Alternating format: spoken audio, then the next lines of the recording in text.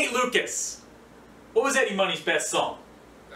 2 Tickets to Paradise? 2 Tickets to Paradise? Well, we got two hockey guys bringing you a paradise worth of hockey. Can you have a paradise worth of anything?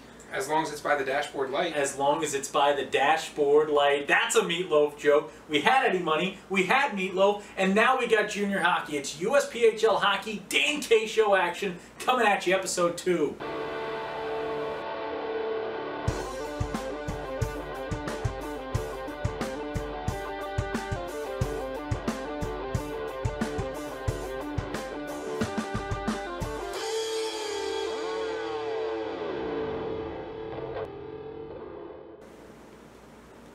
What's going on, Dan K Show fans? Let's start off the show like we start off every show, unless it's the first episode of the year and you forget what your original starter is that you've done for 3 seasons. It's been 3 years, in the 4th year, you'd think I have it right, but I don't. And that's thing number 1. Thing number 1 is I am forgetful. Dan K, forgetful. It's my 3 things. Thing number 1, reminding myself to remind myself to do the 3 things each week. Thing number 2. Lots of fan interaction, lots of fun, lots of things coming your way, lots of questions from you at home. We're going to be covering just about everything you can think of on this week's episode. And thing number 3, you might be looking around saying, there's some swag in the Dan K Show studio. We've got polos, we've got hats, we've got mugs, and we've got a lot more coming at you this year. And we've got a winner of a hat. Thing number 3, who wins the hat? Lucas, drum roll, please. Drum roll, please. We got a hat full of likes and shares and retweets and likes and everything. Stop the drum roll because you're going to pick. Lucas is putting his hand in the hat. Again, we asked you at home to like and share on Facebook or retweet and favorite on Twitter our first episode of the show. The winner here will be getting a hat, a Dan K Show hat, this Dan K Show hat, mailed to them at home. After this, we will be DMing you to find out your address at home and sending you a wonderful hat. We will have more winning opportunities after today's show. Stick around for that. But first, Lucas, who is the winner? The winner of the Dan K Show hat, the first Dan K Show hat, Greg Stone. Greg Stone, who... Wait a second. Greg Stone. Greg Stone. You do know who Greg Stone also is, folks. Sounds very familiar. Sounds like it's Uncle Nasty. Uncle Nasty from Colorado radio. This guy brings that hard rock, that classic rock, that tunage out there in Colorado. He is the very first recipient of a Dan K hat. Lucas and I still have not worn one of these bad boys yet. This is the very first Dan K Show hat going out. It is going to be sent out. Greg, Uncle Nasty, we will be reaching out to you to get your information on where this hat should be sent. You are the fine and lucky winner of this one. For now, for decoration purposes, it will sit with us for the rest of the show. But before that, let's introduce our next challenge, Lucas. What can the folks win this week for liking, sharing, retweeting, and favoriting this week's Dan K Show? I honestly have no idea. I have no idea either. I wonder what they could win. We have to think of something good. We have to think of something to give away. It's not like I ordered a bunch of Dan K Show mugs. Looks like the winner this week, folks, if you go right now, you like and share on Facebook, or you favorite and retweet on Twitter this Dan K Show episode 2, you will be entered to win this beautiful Dan K Show mug. Not this one, because I'm drinking out of it, and that's cooties. We don't want to do that. I will be sending you a brand new one. Yeah. I'll have a brand new. I won't wash this one, I promise. Unless you want that, we do know game used is big in the hockey world. I've seen some people, when I was working in the hockey world, you see some people who want the jerseys off folks' backs.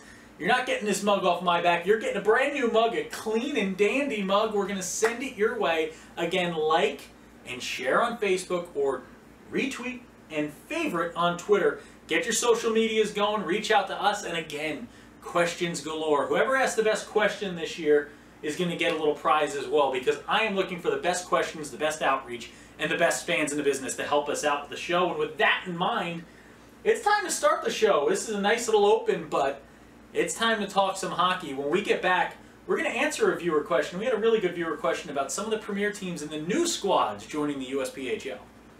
You are watching The Dan K Show. Everything USPHL. From the NCDC to the Premier and Elite Leagues. The Dan K Show with Dan K and Lucas Jones. We're back. Dan, you know, we had a lot of outreach on Twitter. We mentioned that in the first segment. And one of the questions that we got on Twitter was actually, you know, was really thought-provoking. And I thought we could actually engage with it in a segment almost on its own. Yeah. You know, we had a tweet from Jeffrey Gauthier, and he said, how are the new teams and division will do in the Premier? I assume you meant how are the new teams and how will they do? Yeah. And how will they perform? And that's actually a really great question. It really is a good question. You know, you look at new teams entering any league, right? Any sport league. And at the professional level, it's always tough to compete right away. Why? Because those other teams are built, and you're building your team from the ground up, from scratch. This is a situation when you're doing this at the junior hockey level or in any kind of AAU facet or any kind of travel team, in this case in junior hockey, you've got the ability to compete. What it's going to come down to is your coaching staff, your recruiting, your ownership, and just that lineage that you're able to build early, right? There's got to be that back to it. And looking at all the teams joining this year, they all seem to have it. They all seem to have that ability to compete right away. And this Premier Division has shown that new teams can come in. Look at the Moose and the Blue Ox last year. I'm looking at your screen, and I see two teams right there that came in last year into the USPHL Premier and immediately laid the smackdown on a lot of opponents. You look in that Midwest West, you know, that's where we start. You got the Quezon Vipers, Casson. I got to learn. This is going to be like our new team to learn is the Vipers. And you got the Rum River Mallards joining that West Division. Really, I think a lot of the success this year, Lucas, for the Premier teams is going to depend on which division you're falling into, what your schedule looks like early, and that's where I get over to the Metro Jets. I'm looking at their showcase schedule. They've got one of the toughest showcase schedules in the league, but this is a Metro Jets team that just seems ready to compete. What do you think about these new teams? Well, I mean, I definitely agree. It depends a lot on where you're kind of thrown into the league. You know, you've got those teams in the Midwest West, the Mallards and the Vipers, who are coming into a lot of established teams in the USPHL, right? Yeah. So we've got the Blue Ox, the Moose, the Mullets, who are all extremely, extremely talented, extremely competitive teams. Don't forget about the River Kings. I mean, you've got a River Kings team and the Dells Ducks in this Midwest West, who have each won a title. Mm-hmm. You know, they've each won that division. They've each gotten their way through. And you're throwing these two teams, the Vipers and the Mallards, to the fire right now, right? But sometimes that's the best place to learn, right? The Phoenix arises from the ashes, and these two teams could be Phoenixes. Absolutely. You know, Phoenixes? So there's... Yeah, Phoenixes. Phoenixes. Yeah, all right, I'll take that one. Keep going. And, you know, and so you're going into an established division, you know, that's kind of one way of looking at it. Then the other way of looking at it is going over to something like the Great Lakes Division, right? Yeah. Where these teams don't have any USPHL experience. And, you know, they have been building these teams through the offseason, and they've got experience in other ways. But, you know, I guess it comes down to how much you really think the experience in the USPHL will benefit them now coming into the league. Personally, I think the Great Lakes Division is going to be extremely competitive both in showcases and in division games. But I do agree, you know, the Metro Jets have an extremely difficult showcase schedule, but we've seen a lot of teams last year really shine in those showcases. The Skipjacks Hockey Club, as one example, really proved a lot of people wrong in how they were viewed at showcases. We've seen teams close playoff gaps at showcases. You've got those late season showcases. That is a great time to not only expand your strategy based on who you're playing, but also really dive into those standings and really try to chip away at leads late in the season. Yeah, and when you look at a showcase, right, a lot of these guys, when they walk into the doors of the USPHL showcase schedule, whether you're in Marlborough, Massachusetts, or you're in Chicago in the Leaf Center, or you're down in Florida there in a beautiful tournament held in December where it's nice and warm and we love being down there. Or you're up at IHC's home rink there, Galan Arena and Lawler, and you're up at Merrimack College on that beautiful campus. And you start walking around and you start seeing the scouts filling those buildings for USPHL talent, looking for USPHL talent, looking for a player just like you from a team, maybe like the Metro Jets or the Pittsburgh Vengeance or the Worcester Oilers out there in the Great Lakes Division. The level of play steps up. And these teams are going to be walking into showcases with higher foot traffic than they've seen before. And I really think that lifts the level. We saw it with a lot of these teams last year like you talked about. We saw it with the new squads. We saw it with the New Hampshire Monarchs. We saw it with the Skipjacks Hockey Club, or not a new squad, but a team that struggled in their regular season schedule. And when you threw them in a showcase, they dominated. This team just swept the schedule of the showcase games. I really think you could see some big-time action with these teams. And going forward here, you got the Midwest Blackbirds, who a little bit of a name change, not as much of a team change. You've got some new guys here. The Philadelphia Hockey Club, a team coming to the East. You know, this is where you have a lot of these established teams in the eastern portion of it, the New England region of it, the Twin City Thunder, the Niagara Falls Thunder, the two Thunder buddies out there, and the Philadelphia Hockey Club. They're going to have a lot to compete with up here in the Northeast. Yeah, and actually, I'm most excited, I think, to see the Philadelphia Hockey Club. Yeah. I'm excited for our Great Lakes division, adding an entire new division. I'm excited to see what the Midwest West is going to bring. But, you know, the Mid-Atlantic division, I think, because it's right in our backyard, has kind of at least a special place in my heart. You know, we work a lot with the Hitmen. You know, the New Jersey Rockets are almost literally in my backyard. They literally are their in arena his backyard. is 15 minutes away from my apartment, so I've seen a bunch of their games. You know, we've covered PAL. We've been talking to the New York Aviators about trying to do more with them. So it'll be interesting to see the Philadelphia Hockey Club and how they stack up in this division, which is extremely competitive. Yeah. And not only is it competitive, but it contains, I think, one of the most competitive teams in the USPHL, the much feared Jersey Hitmen. That's right, and it's gonna be fun to watch these guys kind of pair up, match up, and again, Jeffrey, you asked an incredible question. And again, I told you there's going to be a big-time prize for whoever asks the best question this year to the Dan K Show and does the best reaching out to us, talking with us, engaging with us. We're going to have a big-time prize. I'm not going to reveal it yet, but it's going to be big. It's going to be worth it, I promise. It's going to be tremendous. Huge. It's going to be huge. But what I'm saying here is, you look at these teams. I mean, we don't have full rosters yet. We still got guys in training camp. We still got people figuring everything out. We still got lines being put together. We got D pairs that haven't met yet. They haven't shaken hands. They're just showing up. They're just having their first meals together. They're breaking bread. Over these next few days, these next few weeks, we're going to see this all shaped together. By the end of September, we'll have our first power rankings for the Premier and Elite, which everybody loves. They're always our most watched shows. And it's going to be fun to see, and we'll see just how many of these teams crack the top 10 in the Premier Power Rankings. I'm going to make an off-the-wall guess right now and tell you at least 2 brand new squads are in our top 10 Premier Power Rankings by the time we do them at the end of September. Prove me wrong, rest of the league, but I think these newcomers are going to be ready to fight right away. They're going to come out punching, come out battling, and we're going to go into a battle of our own here, Lucas. How about that for a transition I didn't even see coming? We're going to our new segment. It's called Face Off. It's led by producer Lena there, who's going to be asking us 3 questions. Period 1, period 2, period 3. We will get 3 questions. We will battle royale. We will face off and see who just wins it. The way we'll know who wins it, you at home, you can vote and let us know, did Lucas win this round or did Dan? Starting off, producer Lena, take it away. Let's hear question number 1. With all the new teams joining the USPHL, we want to know, what's the best way to build a new team? I'll take this one first, Lucas, all right? Because I know what you're going to say, right? You're going to have that John Tortorella style of you build from the back to the front, right? But this is a new team, and you're in the junior hockey level. If you want to talk NHL, you know what I mean? I'll stand by you all day telling you that I want a good top D pair that I know is going to go out there and eat up 20 to 30 minutes a game for me every night without question. I'll tell you, I'd love a great goaltender between the pipes where I can just stand behind my bench there as a coach and say, I feel good. I feel good we're going to give up 2 goals. In this junior hockey level, I want to see a few guys that can score. I'm looking for my forwards first. I'm looking for a centerman who's going to control the puck for me when he's on the ice. He's going to win big-time face-offs. I can put him on the ice at any time and trust that he can. He's the field general out there, right? That ice general. I'm going big-time forwards all day long if I'm building a brand new junior hockey team, especially here in a very difficult to navigate USPHL schedule. Dan, you talk about wanting that center who's an on-ice general, right? Let me tell you a story about another maybe celebrated general, celebrated for his military strategy and his military victories throughout history.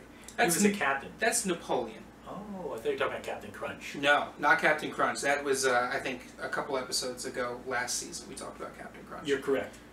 Napoleon, one of the greatest tacticians of his time, celebrated as a military hero. But what eventually led to his downfall, Dan? A Russian winter. They're going to say small hands. No. small. He's actually normal sized. Yeah, that is true for his time. Yeah. So a Russian winter, Dan. A Russian winter was able to stop Napoleon, and my version of a Russian winter is a lockdown D pair and a lockdown goaltender. A goaltender who stays in net, who knows how to control the puck. You think puck control happens in the front line? Puck control happens from the goaltender, Dan. And I'm building from my goaltender out. The reason is because goaltenders have a certain style, right? Some like to get out behind the net and play the puck. Some like to stay in the crease and they just make sure that that net is locked down. I have to identify my starting goaltender first so I can build a team around it. Do I have a goaltender that likes to be active? Okay, well then I need a D pair that knows that they need to be able to stay at home and protect their goaltender. Do I know that that goaltender is going to be in his net and in crease the entire time? Then I want some faster skating D pairs who can get behind the net, grab the puck, shuttle it forward to get some offense going. But always remember, Dan, that a Russian winter will always beat a competent general. Without knowing the final rosters, which NCDC team, besides IHC and the Hitmen, is your choice to win the NCDC championship?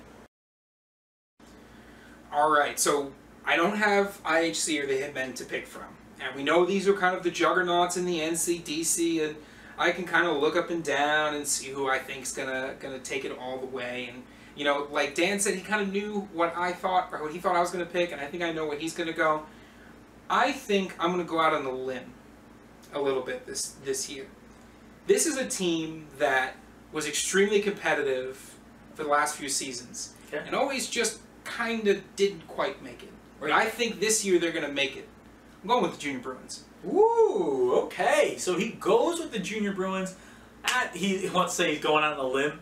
We all know just how good Mike Anderson's Boston Junior Bruins are each and every year. This guy wins. This guy puts together solid, balanced teams. When I think Bruins, I think balanced. It's the two B's. I'm a big-time alliteration fan. Boston Bruins, balanced. They always have every portion, every facet of the game is done correctly. It's all even. There's never a part of the game. It's never lopsided, right? It's like that old video game style where you create your player and it would show you where it tilts to. It's always a perfect diamond right there. They're not a diamond in the rough. You know what a diamond in the rough is? You want to know what team was being overlooked here? It's Jim Henkel's Connecticut Junior Rangers. You want to know why I picked the Connecticut Junior Rangers here? If I'm going outside of IHC and Jersey Hitmen, I'm going right up there to Chelsea Pierce, Connecticut. I'm taking the Connecticut Junior Rangers. Inside story here, inside scoop. Scott Sturgeon, friend of the show, retired coach now of the Ironwood Yoopers. Scott Sturgeon doing a little help there recruiting in the Midwest with the Connecticut Junior Rangers. You know this team's going to score. You know they're always going to be fast. You know, last year they struggled with going to the penalty box. They couldn't keep themselves out of the box. That's something you've got a whole offseason to correct. You've got some new, fresh faces coming in. Connecticut Junior Rangers, always good in net, always fast on the ice. They're my squad to take a title this year outside of IHC and Jersey Hitmen and the NCDC. If you had to describe yourself using an NHL team, which team would you be? You know, this question I think suits me pretty well. You want to ask me to describe myself as an NHL team, and when I look at it, I wanted to say the Vegas Golden Knights, but for the same story as the Golden Knights, I'd say the San Jose Sharks. The reason why, the colors I wear are a little bit outlandish for the sport I play. Everyone's like, really? You're going with the teal and the shark logo? And you know, I kind of resemble some of the guys like the Burnses of the world where I got no teeth and the big bushy beard, and I'll be happy to be a character. And everyone's always kind of going, really? This is going on here where it's happening? And I feel like sometimes people forget San Jose has a hockey team, but then you look come playoff time every year, they're competitive, they're in it, they're battling, they're a great organization. And for me, outside of being very unorganized, I think if I had to describe myself as one team, I'd be those beautiful, pesky, and strong playing San Jose Sharks. I also love Martin Jones. Well, Dan, you know, it's no surprise that you go for a little bit of a flashier looking team with some personality. Let me go in a different direction here. I'm going with a team that's got personality, but it's not a fun personality. It's a personality that makes them get down in front of pucks and block it with their bodies. It is a personality that makes them a punishing team to play both physically and mentally. I'm going with the Columbus Blue Jackets, and let me tell you why. 2 words and more syllables than I care to count. John Tortorella. That man is a genius. They often say that there is no correct way to coach a hockey team. I would amend that phrase to say there is no correct way to coach a hockey team except for the way that John Tortorella coaches a hockey team. The man rewards physical play. He encourages that physical play, that give up your body, give everything up for the win, whether we win 1-0 or 2-1 or 7-1. It doesn't matter as long as we put a W up in the win column. I'll tell you what, add that to the ticker of how many times we've referenced torts on this show. That's got to put us over 100. Definitely. So now the question is to you guys.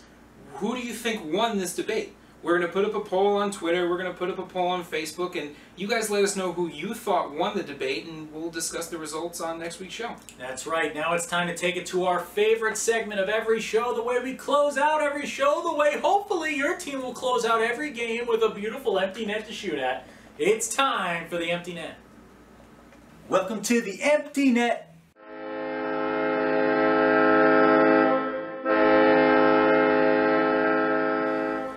Well, now that we got our new handy-dandy empty net open that I fought for so hard during the off week waiting for this new show, it's time to start the empty net. And Lucas, we have a lot coming your way. Starting it off, I think it's the most important one for me. Game of the week. NCDC must-see matchups. Games of the week. We're going to have tons of games of the week this year, Lucas.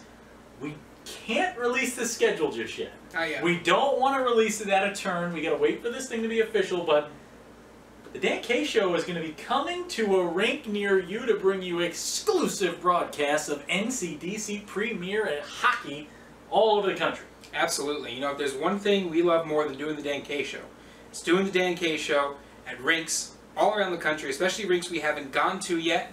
I think there's two reasons why I love going to new rinks, Dan. The first is you get to meet a whole bunch of new people. Yep. You get to experience all these new rinks and all like the great local businesses that are around them. Yep. The second reason why we love going to new rinks is so that we can get new entrants into our best rink coffee category. Yes. Which we started last year. We kind of didn't really get it going. We didn't really have enough data points, but this year with all of the rinks that we are about to visit, we are very excited to announce that one of the awards we'll be giving away at the end of the season is Best Rink Coffee. So if you are working at a rink in a concession stand, or maybe you own that rink or concession stand, let's step up our coffee game, because last year we had some of the best coffee we've ever had at rinks throughout the USPHL. But we'll be coming there to a rink near you if you want us to bring a game of the week to your rink. If you'd like us to cover your team, reach out in the DMs, have your team reach out, your coach, your owner reach out to us. We are happy to come. We are happy to show up. We're already setting up some New England trips. We'd love to see the folks down south. We'd love to see you folks out in the Midwest and the Great Lakes. We want to get to as many games as possible this year. Contact us. We'll be in touch with you. You scratch our backs, we scratch yours. You want us to talk hockey, we want to talk hockey. I love doing play-by-play, and producer Lena is so tired of me doing play-by-play around our apartment and around the studio during off hours. So it's time for me to get to a hockey rink. I can't wait. Speaking of hockey rinks, someone's going to be heading over to UNH, and that's captain of the Connecticut Junior Rangers NCDC team, Drew Hickey, with a commitment to University of New Hampshire, a big-time UNH commitment. Congrats to him. How big of a commitment is that for Drew Hickey? I mean, that's huge. You know, it's one of those places where, you know, when you see that name that they're going to school, not only are they going to get a great education, they're going to get to really contribute to that hockey team and a really competitive place to play hockey. So, you know, it's really the best of both worlds when you're talking about USPHL as not just a hockey development league, but as an academically developing league. You know, we want all these players to not just go and play hockey at the next level. We want them to get that education to prepare them for a successful career down the road. Yeah, and you know, you look at UNH, and Lucas said, it's not just about the game, it's not just about playing hockey, it's about the ability to get that education, and that's a great education up there. I know a lot of folks who went to UNH and had a very good time in the classroom, out of the classroom, in athletics. It's a great, great university. Moving on, PAL, the Junior Islanders hired on their coaching staff for the NCDC. Head coach Eric Conway going to be at the helm of this one. This guy's got a winning pedigree, and this guy knows how to get commitments, more importantly, getting kids to D1 schools. That's what we're looking to do here. Eric Conway will be doing that.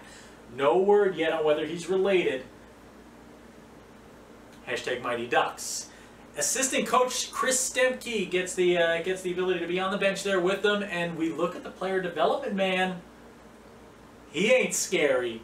He's Rob Scuderi. This is a 2-time Stanley Cup champion, and if you want to be any more Pal Islander than Rob Scuderi, I loved this guy when he played. I loved watching this man play the game of hockey. Played with a passion, and he played with his jersey on fire. Rob Scuderi, big-time game changer for that PAL organization. Can't wait to see what he's got going with these young players. They're going to get to develop with one of the best, with a 2-time Cup champion. This guy's raised the Cup twice. I got winded from raising my Cup twice tonight, and that is not as big as the Stanley Cup. Moving on, Lucas, we got some billets showing up. We got some billet action going on. Talk to us about the billet situation here. Well, you know, one of the great things about junior hockey is the phenomenal billet network, and the USPHL has built quite a bit of that billet network, either through teams or through league organizations. But this week on Twitter, you know, we haven't really been able to pick like one tweet because everyone's just been tweeting at us about billets arriving. Yep. We've got billets arriving all across the USPHL. Billets bringing their billet parents gifts, cooking them food, helping out with chores around the house. You know, it goes to show you that these kids are not just here for a bed and a place to stay. They're here to contribute on the rink, off the rink, in a whole bunch of different ways. And it's great to see that billet system and so many families willing to take in these hockey players who are trying to get that USPHL experience. And we're going to be talking with billet families all year. If you are a billet family, if you are someone who is billeting and you want to highlight your family, please reach out to the Dan K Show. If you see us at an event, flag us down. We're looking for interviews to talk about the billet experience because we always need more billets. The league always needs more billets. Its member organizations always need more. These kids are traveling from across the country, sometimes across the world, to come play hockey here in the Premier League in the U.S. And they need to have this opportunity. They need support. And when you look at the great billet families across this country and you see the support these young men are getting in their journey, their hockey journey, their educational journey, their academic journey, their future is being built by these opportunities to live with these families. And you know, the billet experience is one of a kind. We are so happy to be a part of it. Tweet us your best billet moments, and Lucas and I may just be a little later this year trying to put together a little short video to have some fun. Call the Billet Brothers. We'll get back to you on that one because Lucas is going to have to do a lot of work to get that done, so we'll push him on that one. Final thing in the empty net here today, our final moment. Check out a story by The Athletic, Brady Boudreau. If you want to talk about one of the best stories I've read all year, Bruce Boudreau's son, we all know the head coach of the Minnesota Wild and the owner of a team out there in Minnesota, those Blue Ox. Brady Boudreau was a great goaltender, and I did not know the full story, and I work in this league. I'm doing media for this league. This is a story that went under the radar, but The Athletic has put a beautiful light on it, shined a beautiful light. If you've not read the story on Brady Boudreau yet, give it a read, give it a look. Absolutely impeccable story about a young man who is overcoming what many would see as obstacles. They're not for him. He is absolutely making the best of it all. This guy's about to have a master's at the age of 20. When I was 20 years old, I was more worried about how much Cheese Whiz is too much Cheese Whiz to eat in my dorm room. I think any amount of Cheese Whiz would probably be too much. I usually would go about 1.5 cans in the off season. So that was usually how I'd go about it. Once I started feeling a little bit dizzy, that was when I was like, this is way too much Cheese Whiz. Let me move on and eat something else. And that's when I move on to the Velveeta. So your diet's mostly cheese? Mostly cheese-based, mostly dairy, and with that in mind, we remind you this show is mostly hockey all the time. It's the Dan K Show. We're happy you're watching. We're going to have more coming up next week. We're going to have our Facebook Lives coming up soon. We're going to have games of the week. You better be looking out for us in a rink near you. We got the Jersey Hitmen Exhibition Series coming up, a little exhibition showcase. What's that, 9/7 through 9/9? We'll be there at the Icevault Arena. That's just 10 minutes down the road from the studio here. So we will see you there if you'll be there. Dan K, Lucas Jones. Lucas, parting word to the folks at home. So those are beautiful, beautiful parting words. Reminder, like and share on Facebook for a chance to win a brand new mug. Retweet, favorite on Twitter for a chance to win a brand new mug. Write us a question for a chance to win a brand new mug. The best question this year will get a big, juicy prize from the Dan K Show. I promise you it'll be worth it. Again, this show only works with you at home. One more time, I'm going to try to say my catchphrase correctly this week.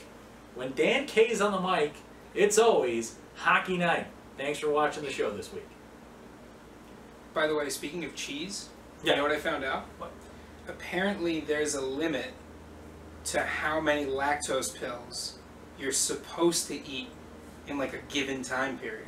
Seriously? Yeah. What does that even mean? So like those lactose pills that I take when I like eat way too much cheese and I'm not supposed to eat cheese because I'm lactose intolerant, but I Yeah. love cheese so I eat it anyway. Yeah. So apparently like you can't just keep taking lactose pills and continuously eating cheese. You're supposed to like not do that. You're supposed to just like accept your body's limitations and not eat the cheese. So you're saying if you're lactose intolerant, you shouldn't eat dairy? Well, you can thanks to modern science. That was the but whole apparently- point, though. The whole point is you just don't eat the dairy. Just don't But eat I cheese. love dairy. Yeah, I love dairy too, and I'm not lactose intolerant because my body's saying, dude, it's bad for you, but it's also good for you at the same time. Cheese is technically half of a meat and cheese board, which is my primary source of fuel for like 6 months during the winter. Oh, I literally just live off of